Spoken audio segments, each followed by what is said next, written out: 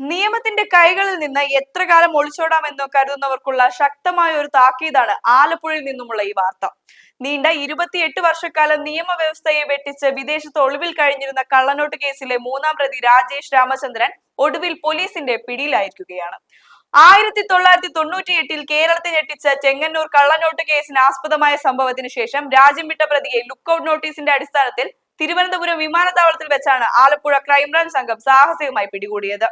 വർഷങ്ങൾ എത്ര കഴിഞ്ഞാലും തലമുറകൾ മാറിയാലും ചെയ്ത തെറ്റിനുള്ള ശിക്ഷയിൽ നിന്ന് ആർക്കും ഒളിച്ചോടാൻ കഴിയില്ലെന്ന വലിയൊരു സന്ദേശമാണ് ഈ അറസ്റ്റിലൂടെ കേരള പോലീസ് പൊതുസമൂഹത്തിന് നൽകുന്നത്.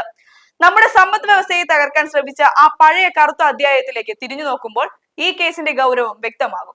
1998 ജൂൺ 29 ചെങ്ങന്നൂർ മുണ്ടൻകാവ് മുറിയിലുള്ള ലീല ഓഫ്സെറ്റ് പ്രസ് എന്ന സ്ഥാപനത്തിൽ ക്രൈംബ്രാഞ്ച് കള്ളനോട്ട് വേട്ട നടത്തിയത്. UAE ഗവൺമെന്റിന്റെ 500 ദിർഹത്തിന്റെ 8762 വ്യാജ നോട്ടുകളും ഇന്ത്യൻ രൂപയുടെ വ്യാജ നോട്ടുകളും വന്ന് പോലീസ് ഇവിടെ നിന്നും കണ്ടെടുക്കുകയായിരുന്നു.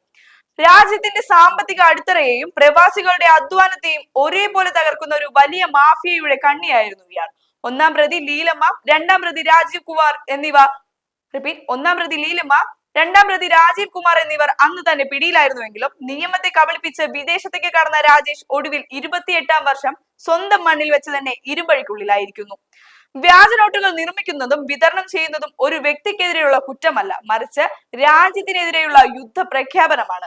വിദേശ കറൻസികളുടെയും ഇന്ത്യൻ രൂപയുടെയും കള്ളനോട്ടുകൾ വിപണിയിൽ ഇറങ്ങുന്നത് നമ്മുടെ നികുതി പണത്തിന്റെ മൂല്യം ഇല്ലാതാക്കുകയും രാജ്യത്തിന്റെ സുരക്ഷയെ അപകടത്തിലാക്കുകയും ചെയ്യും.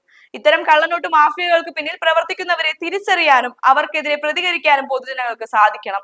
സംശയകരമായ രീതിയിൽ കറൻസി ഇടപാടുകളോ അല്ലെങ്കിൽ ഇത്തരം രഹസ്യ കേന്ദ്രങ്ങളോ ശ്രദ്ധയിൽപ്പെട്ടാൽ ഒട്ടും മടിക്കാതെ അധികൃതരെ വിവരം അറിയിക്കുക. നിയമം വൈകിയാലും നീതി നടപ്പാക്കുമെന്ന ഈ സംഭവം നമുക്ക് ചുറ്റുമുള്ള കുറ്റവാളികൾക്കുള്ള കനത്ത മുന്നറിയിപ്പാണ്. ജാഗ്രത മാത്രമാണ് നമ്മുടെ ഏക ആയുധം.